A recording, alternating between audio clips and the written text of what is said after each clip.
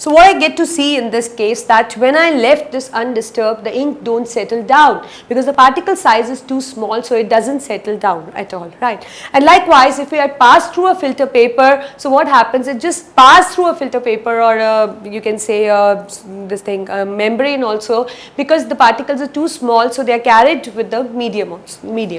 So that means this is what is the true solution. And even the particle size is too small that they don't even scatter light, right? So likewise, now we take up colloids. You know that colloids have a size in between the suspension and the true solution. As we know, true solution is too small, suspension is too big, so this their size lie in mid-range, right? And you know that they have the property that they scatter light. They have the property that they scatter light. And you know that, like, when we'll like, it will appear as an homogeneous mixture, but when you will just this thing keep it left undisturbed, it won't settle down. But or you can say that when we just try to pass it through a sieve, it won't pass, but filter paper, or you can say it will pass along. But when a semi-permeable membrane is used, there the flow is just stopped. So that means they cannot pass through a semi-permeable membrane. The example I have for you is the milk. So we are going to start with the colloids in this chapter. So I think you are just familiar that like where the colloids actually lie in this flow chart. Now when we talk about colloids, so you should know that from where this term has came. This term has came from a Greek word, that is colloids, which means glue like,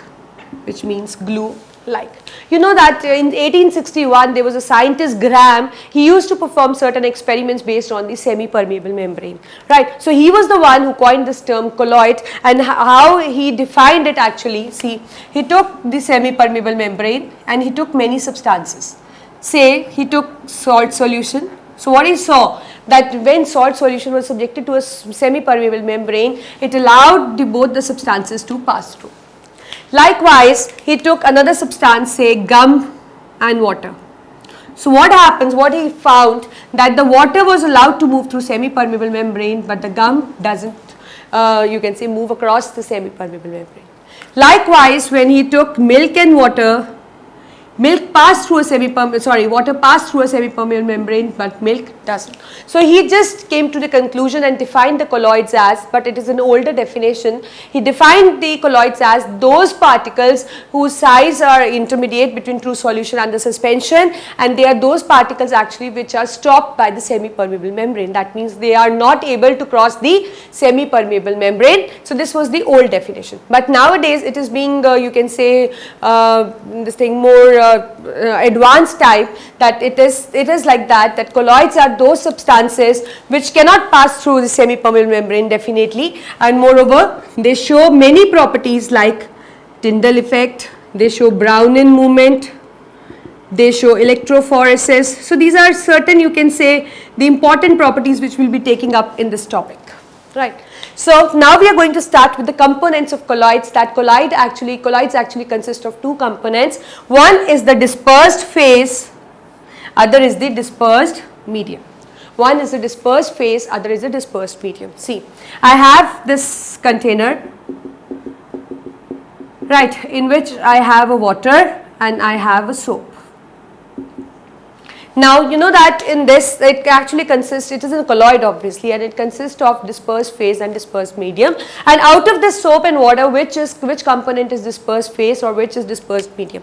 So the particles of the colloid that remain suspended is nothing but the dispersed phase. That means colloidal particles are dispersed phase. So that means soap is a dispersed phase. And the medium in which you can say the colloidal particles are suspended, that is something called as dispersed medium.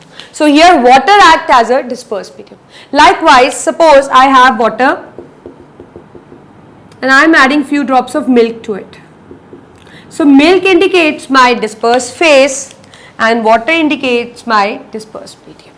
So that means the dispersed phase is nothing but a colloidal particles that are suspended, and dispersed medium is a medium in which the particles are actually suspended, right. So most of the time it is actually water, but in many of the different examples you get to see different dispersed phase and the dispersed medium, right. So likewise we can have a liquid as dispersed means, or you can say the solid, liquid, gas both can act as a dispersed phase, and likewise solid, liquid and gas both can act as a dispersed medium, right. So we will be discussing dispersed phase and dispersion medium.